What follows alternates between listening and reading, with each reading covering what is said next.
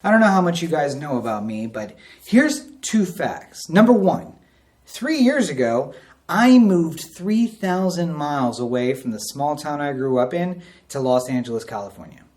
Two, I don't think there's basically anything I could do to end up on my parents' social media feed. So I have a lot in common with this week's movie, Spider-Man Far From Home.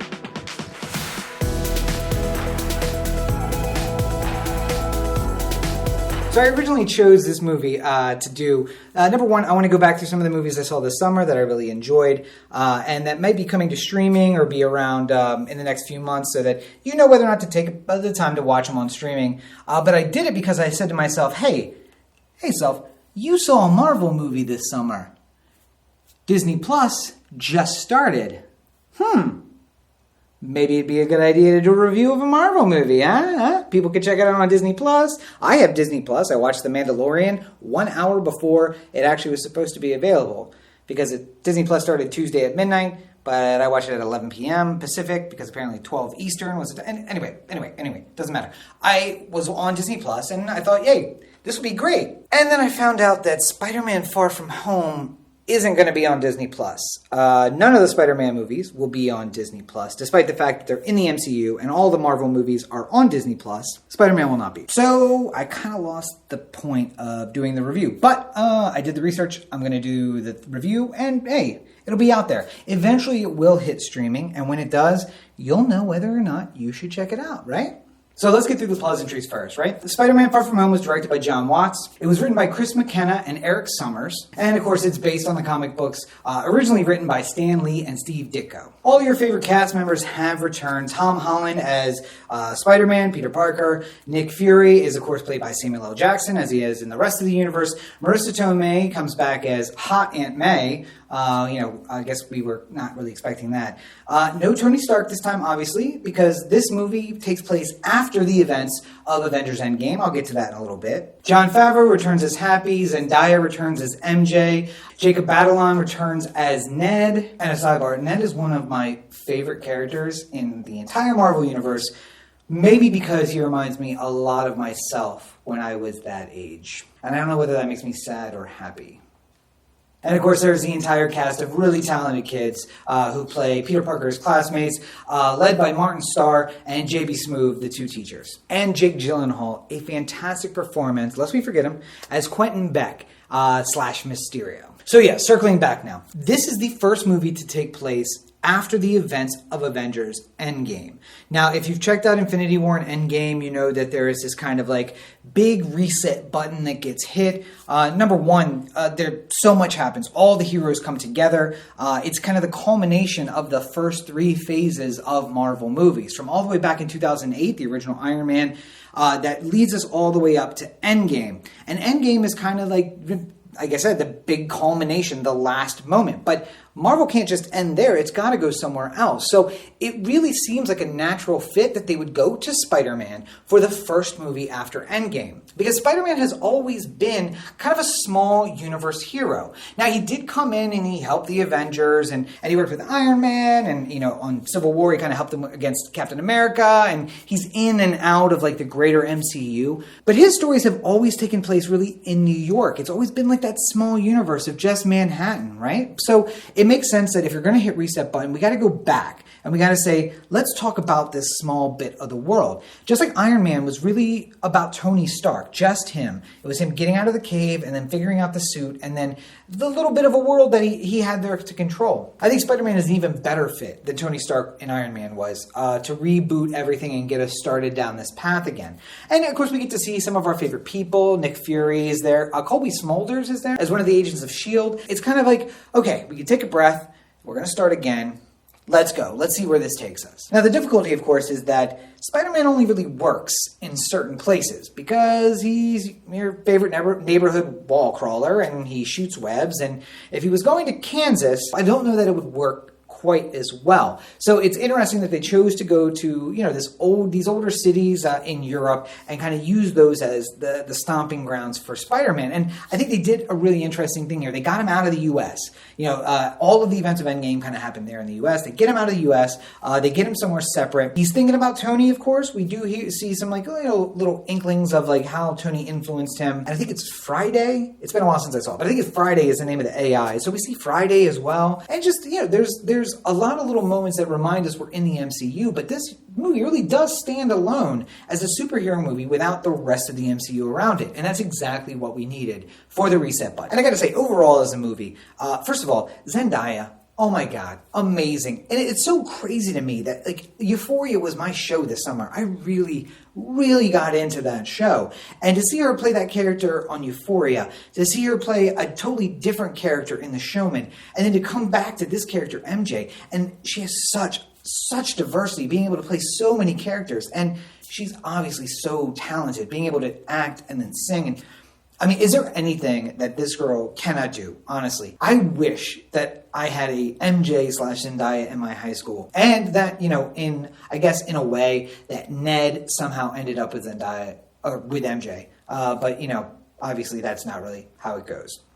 But Tom Holland, I was not so sure about him at first in the Spider-Man role. He's young, he's innocent, he's got that look. But I think he's really grown into that role of Spider-Man over the last few movies. And I'm excited to see what they have over the next 2, 3, 4, 5, 10 years of Marvel movies, and he can really just kind of become this character. And in a lot of the ways that Tobey Maguire kind of took on that character, and Andrew Shepard, was he the second one? Andrew Shepard, I think is his name? No, that's somebody else. Andrew, whatever. The two movies where Emma Stone played the female lead in the Spider-Man movie that are so forgetful for whatever reason. He didn't really grow on us in the same way. Tobey Maguire was Peter Parker. He was Spider-Man. And we became really attached to him. And then they ruined it with the third movie and the Dark Peter nonsense. But I feel like Tom Holland has the ability to grow on us in the same way. And I'm looking forward to how he develops that character. And I mean, for the rest of the cast, I'm going to get to spoilers in just a second because I do want to talk about a couple things. But, just seeing, again, Nick Fury and Kobe Smulders and these characters that we've come to know and love, it's like a little bit of home and a little bit of new stuff all mixed in together. And I feel like this is exactly just kind of the palate cleanse we needed after Endgame. So we, again, hit reset. Let's get back in this universe and see where it takes us. And I know that, Guardians of the Galaxy 3 is coming, and we have an Iron Man, no, not an Iron Man movie, and not a Captain America movie. I don't know, what's next? Thor? Is there a Thor movie coming? Or a Hulk Thor movie, maybe? I don't know. I don't even know what's next. I feel like I should check that out. Well, if you know, let me know in the comments below what the next Marvel movie is. I feel lost that I don't know what it is. Black Panther. Maybe Black Panther. In any event, I love superhero movies. I'm looking forward to the next one to come out, just like I was looking forward to this one. But anyway, I'm going to get myself confused and end up giving something away. So let's, right now, cut to the spoilers. So if you don't want to hear the spoilers, if you want to skip ahead, go ahead and go down to the next time because the spoilers are going to start right now. So I guess it's not really a spoiler, but it does happen in the movie, and I don't want to give anything away from the movie itself. But it has nothing really to do with the plot. Ned and Betty, oh my God, how cute are they, right? And when I say he reminds me of me, it's like, that girl is way out of your league, dude. How did you get that going? They fall in love on the trip, on the plane right there, and then they have a whole to-do during the trip, and then by the time they get back, they've broken up. That is the kind of B plot that I love. Because Ned would be really in Peter's face, and we had to get him out of the way so that this kind of Mysterio thing could develop. It's just a great way to do that. And MJ too. We don't know what's going on with MJ. Why is she being so weird? What's going on with her? And then have that payoff at the end where finally, 3 movies in now, 2 Spider-Man movies and a couple of MCU movies where Spider-Man has appeared. My entire time I've been wondering, is this universe different where MJ is not going to be with Peter, that this is not going to work out? As much as Peter wants it, it's just not going to happen. And then to have that little romantic moment at the end, it was really fantastic. And to have it pay off because he gets the chance to be a hero, but he doesn't have to make her into a damsel to do it. It's really just about the superpowers being able to help save her. Not just because, he's a guy and he steps in and does it, but just because, anyone would have died in this. If he was not Spider-Man, he would have died in this. And he kind of saves everyone as he goes along, but he makes special pay special attention to MJ. Yeah, in a world of toxic masculinity and like heroes that need to be like super, super like rah, I feel like it's great that we have Tom Holland playing this Spider-Man that is super realistic, and he's super, that you can really relate to him and kind of his worldview. And I mean, that's all we really ask for, right? That's really what we want, is to be able to relate to our superheroes. So I think that it's an excellent job. They did an excellent job with the entire movie. Jake Gyllenhaal as Mysterio, like, another great thing about this movie, I did not see it coming. I was like a third of the way in the movie wondering, where are we going? What is happening? There's no real conflict here. I don't even know what the story is. And then twist, turn, bam, boom, Mysterio's a bad guy. And, I don't remember Mysterio from the comics. Maybe that's why. And maybe he's not in the comics. Maybe that they made him up for the movie. I don't know. I mean, obviously that would make sense. If they made him up for the movie, that would be why I didn't really recognize him and I didn't know he was a bad guy. But I mean, that's the best kind of like surprise where you're like, oh no! And there is a moment, I felt really dumb initially when I finally figured it out, but I only figured it out like as they were revealing it in the movie. Didn't see it coming ahead of time. But there was a moment I went from feeling really dumb to being like, okay, so it was everybody. Because the theater I was in, basically went around the whole theater as we realized that everything that Peter was seeing was an illusion, and that Mysterio had done all of this to get Friday and those glasses. I was just they did such a good job of hiding the truth. They could have done it a different way, and they could have just made us all feel dumb for not getting it, but really it was like, hey, let's walk through the plan. And I usually hate those things, but I feel like I felt so far behind when they kind of revealed he was bad that I needed that moment to like, okay, so what's going on now? And as soon as I said, what's going on now in my head, he was like, all right, well, let me explain to you what we're doing. And so it's kind of the best kind of exposition where they hide the need for it, and then right when you ask the question, they give it to you. You can't really ask for anything better than that, right? Like that's really what we want. We want a movie to deliver on the things that we need, and it certainly did. And the ending, like Peter and Mysterio, and it's not really where he looks like. You think he's somewhere else. It's a whole thing. Like, oh my gosh, that was amazing. Again, I said to somebody tonight, the movie-going experience will never end, because there is something about experiencing those kind of movies in a group where we can all be surprised together, we can all cheer together, we can all like be shocked. That is what I really want. That is part of the movie-going experience. It's one of the reasons I don't like certain movies, because they don't give you those moments, and it's like, I could watch this at home on my couch. What's the point of this? Lighthouse. Check out the review for Lighthouse.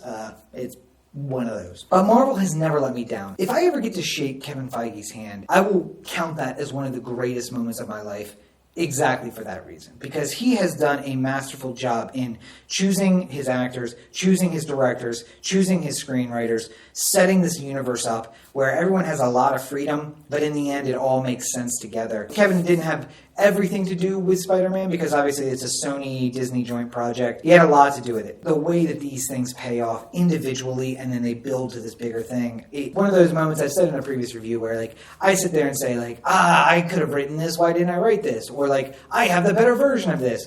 But occasionally you get those like, oh, I just feel like inadequate because I never could have done that. There's nothing super unique about the Spider-Man script, but I just think about how this is going to tie into a much bigger universe and how they are already 5 steps ahead of us. They already know things that are happening in the next one and then going to happen the step after that. That I don't know that I could do. I don't have that kind of planning to take care of that. So, kudos to them for everything. Anyway, let's take the opportunity to bring everybody back in, and we're going to wrap this whole thing up. So spoilers are over and everyone's joining us once again right now. So yeah, I mean basically the actors are fantastic. It's a group of young actors. I mean, other than Martin Starr and J.B. Smoove. J.B. Smoove, excited to hear that they're going to possibly be doing more Curb Your Enthusiasm.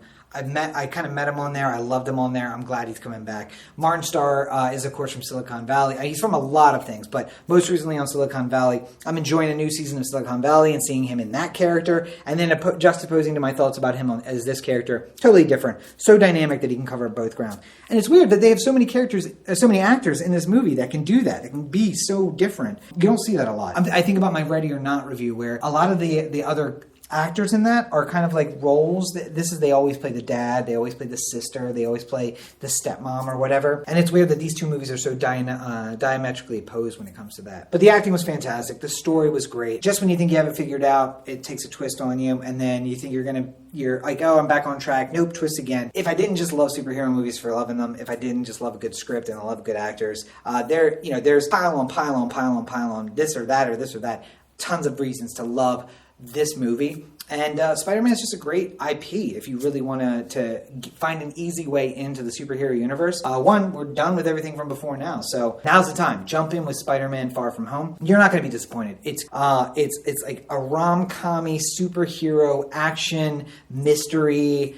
It hits all the right buttons. It hits them in just the right way. And it's not trying to be more than it is. It is a superhero movie. It is our palate cleanser from Endgame. It knows that, and it does it anyway. It's not available on Disney Plus. Learned that, unfortunately. But when it comes out on streaming, which I'm starting to at the end of the year now or early January, when you're just like, oh man, what am I gonna watch? Don't skip over Spider-Man. Take the time, watch it, because it's gonna be worthwhile. And maybe you saw Enter the Spider-Verse, and you're like, I'm all Spider-Man'd out. No, this is something different, completely different, whole different thing. It's definitely worth your time. So if you get the chance, check out Spider-Man Far From Home.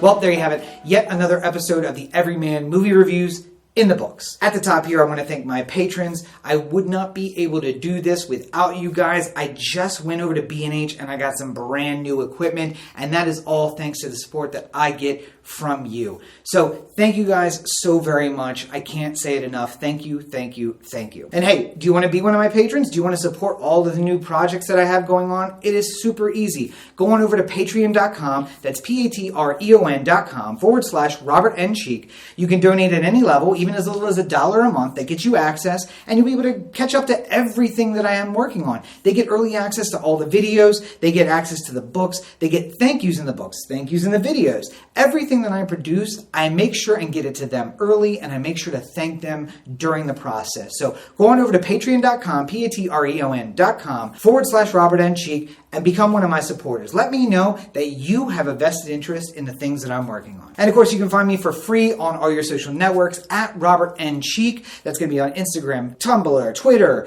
Snapchat, over on TikTok, where I got some new videos coming. My new favorite thing is to make memes with my nephew. You are not going to want to miss that. So at Robert N. Cheek on all your social networks. And of course, make sure you're checking out robertncheek.com. That's where you're always going to find the latest updates to what's going on, what projects I'm working on, and what I have cooking that maybe nobody else knows about. You can sign up for the email list there, and of course, directions to Patreon, directions to Oh the Anthem, directions to everything that I have going on. That'll all be located right there. Finally, you're probably watching this video on YouTube at youtube.com/Rob Cheek, but don't forget it's also available in podcast form over at anchor.fm/Everyman Movie Reviews. Now, at that link, you'll be able to find any of your sources of podcasts, where it's on Apple or Google or Pocket Cast or Dogcatcher, Stitcher, everywhere. Just go to anchor.fm/Everyman Movie Reviews and you'll be able to find your link so you can have it on your podcatcher of choice. And of course, the shows are very similar, but there are a few very key differences.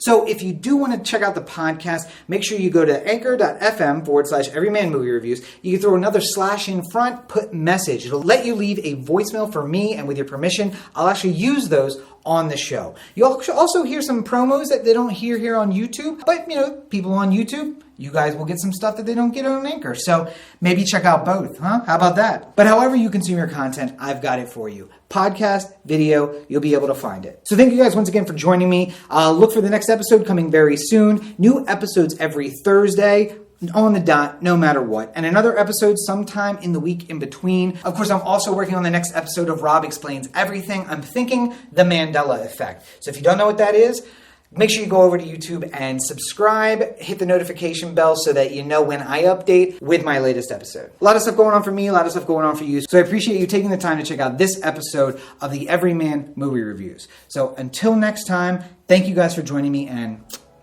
have a great week, everybody.